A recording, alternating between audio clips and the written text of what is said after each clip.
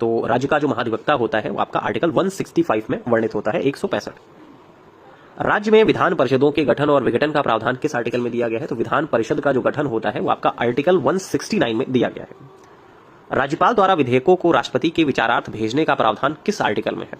तो कौन से आर्टिकल में है? आर्टिकल 200 में राज्यपाल द्वारा विधेयकों को राष्ट्रपति के विचारार्थ भेजने का प्रावधान किया गया है। राज्यपाल द्वारा अध्यादेश जारी करने की शक्ति किस आर्टिकल में निहित है? तो आर्टिकल 213 में निहित है। अच्छा बताइएगा, राष्ट्रपति का जो अध्यादेश होता है वो जारी करने की शक्ति किस आर्टिकल में दी गई है? ये आपको कमेंट बॉक्स में बताना है। राज्य के उच्च न्यायालय की स्थापना से संबंधित आर्टिकल कौन सा है?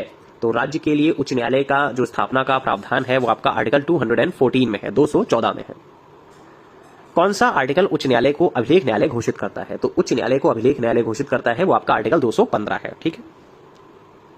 उच्च न्यायालय को रिट जारी करने की शक्ति किस आर्टिकल में दी गई है? तो उच्च न्यायालय को रिट जारी करने की शक्ति आर्टिकल 226 में दी गई है। अच्छा बताइएगा कि सर्वोच्च न्यायालय को रिट जारी करने की शक्ति किस आर्टिकल में दी गई है? ये कमेंट बॉक्स में आपको बताना है। 2 क्वेश्चन बताने हैं, एक मैंने अभी ऊपर पूछा था और दूसरा क्वेश्चन ये कि सर्वोच्च न्यायालय को रिट जारी करने की शक्ति किस आर्टिकल में दी गई है। ठीक है, इसी ऑप्शन में आपको ही मिल जाएगा वो आंसर भी, और होपफुली सभी लोगों को याद होगा क्योंकि पहला जो पार्ट था उसमें इस क्वेश्चन पे भी हम लोगों ने डिस्कस किया था। नेक्स्ट, पंचायतों के गठन का उल्लेख किस आर्टिकल में दिया गया है? तो पंचायतों का जो गठन है वो आपका आर्टिकल 243A में है।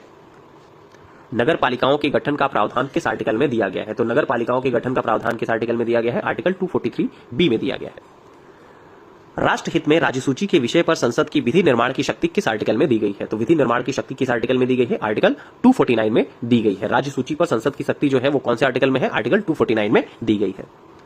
अंतरराष्ट्रीय करारों को लागू करने हेतु संसद की विधायी शक्ति किस आर्टिकल में दी गई है? तो अंतरराष्ट्रीय करारों के लिए जो विधि होती है वो आपका आर्टिकल 253 में दी गई है।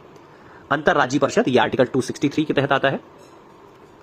संचित निधि का उल्लेख किस अनुच्छेद में किया गया है? तो संचित निधि का उल्लेख जो है वो आपका आर्टिकल 266 में दिया गया है।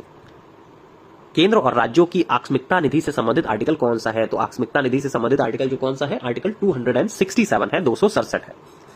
भारत में वित्त आयोग के बारे में बात करें तो भारत में वित्त आयोग का जो गठन है आर्टिकल 280 के तहत होता है। अच्छा एक क्वेश्चन बताइएगा कि वित्त आयोग में एक तो अध्यक्ष होता है, कितने सदस्य होते हैं? ठीक है, पहले जो अध्यक्ष थे केसी नियोगी साहब थे, तो आपको ये बताना है कि जो वित्त आयोग होता है उसमें एक अध्यक्ष होते हैं और कितने सदस्य होते हैं, कमेंट बॉक्स में बताइएगा। और ये क्वेश्चन बहुत इंपॉर्टेंट है, पूछा भी गया है कई बार जब डीप में हम लोगों ने पढ़ाया है इसका पॉलिटी के सेक्शन को, तो बहुत हम लोगों ने अच्छे से डिस्कस किया है हर एक पॉइंट को। यहाँ पे तो सुपर फास्ट रिवीजन चल रहा है, तो इसलिए जो चुनिंदा आर्टिकल्स हैं, जो महत्वपूर्ण आर्टिकल्स हैं, जो एग्जामिनेशन ओरिएंटेड है, उन सब पे हम लोग डिस्कस करेंगे। तो आर्टिकल 280, संपत्ति का अधिकार अब किस अनुच्छेद में वर्णित है? तो आर्टिकल 300A में वर्णित है संपत्ति का अधिकार। अखिल भारतीय सेवाओं से संबंधित आर्टिकल कौन सा है? तो अखिल भारतीय सेवाओं से संबंधित जो आर्टिकल है वो कौन सा है? आर्टिकल 312 जो है वो अखिल भारतीय से संबंधित है, अखिल भारतीय सेवाओं से। संघ लोक सेवा आयोग से संबंधित आर्टिकल कौन सा है? तो आर्टिकल 315। अच्छा बताइएगा संघ लोक सेवा आयोग के वर्तमान अध्यक्ष कौन है? अभी जो करंट अफेयर्स की क्लास चली थी उसमें कई बार मैंने पढ़ाया इस चीज को। तो संघ लोक सेवा आयोग के वर्तमान अध्यक्ष कौन है? निर्वाचन आयोग से संबंधित आर्टिकल कौन सा है? तो आर्टिकल 324 है। अब अगला क्वेश्चन है निर्वाचन आयोग के वर्तमान में अध्यक्ष कौन है? ठीक है, मुख्य निर्वाचन अधिकारी, मुख्य निर्वाचन आयुक्त कौन है? ये आपको कमेंट बॉक्स में बताना है। ठीक, वयस्क मताधिकार का प्रयोग जो है या प्रावधान जो है किस आर्टिकल में किया गया था? तो आर्टिकल 326 में किया गया था। राष्ट्रीय अनुसूचित जाति आयोग से संबंधित आर्टिकल कौन सा है? तो राष्ट्रीय अनुसूचित जाति आयोग से संबंधित आर्टिकल कौन सा है? आर्टिकल 338 है, 338 है। राष्ट्रीय अनुसूचित जनजाति आयोग से संबंधित आर्टिकल कौन सा है? तो आर्टिकल 338A है, 338A है। पिछड़े वर्गों के लिए आयोग की नियुक्ति से संबंधित आर्टिकल कौन सा है? तो पिछड़े वर्गों पर आयोग जो बनाया गया था वो आपका आर्टिकल 340 में बनाया गया था, 340 में बनाया गया था। संघ की राजभाषा और लिपि से संबंधित आर्टिकल कौन सा है? तो संघ की राजभाषा और लिपि से संबंधित जो आर्टिकल है वो कौन सी है? आर्टिकल 345 है।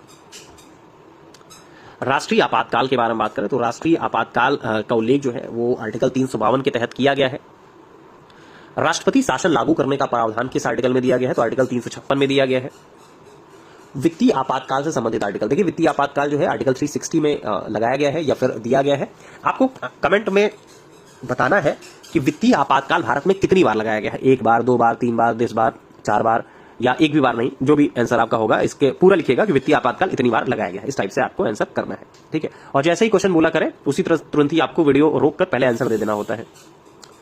नेक्स्ट, संविधान संशोधन प्रक्रिया किस आर्टिकल में दी गई है? तो आर्टिकल 368 में संवैधानिक संशोधन की प्रक्रिया जो है वो दी गई है। कौन सा अनुच्छेद राज्यों को पंचायतें गठित करने हेतु सशक्त करता है? तो कौन सा आर्टिकल है? आर्टिकल 243A है। उच्च न्यायालय को अपनी सीमा में न्यायिक समीक्षा हेतु रिट जारी करने का अधिकार किस आर्टिकल में दिया गया है? देखिए बस लैंग्वेज में बदलाव है, पहले भी इस तरह का क्वेश्चन आपके पूछा गया है ऊपर भी। आर्टिकल 226 के बारे में बात हो रही है, उच्च न्यायालय की रिट जारी करने की शक्ति। अब कितने आंसर आपके सही हुए ये कमेंट बॉक्स में बताना है।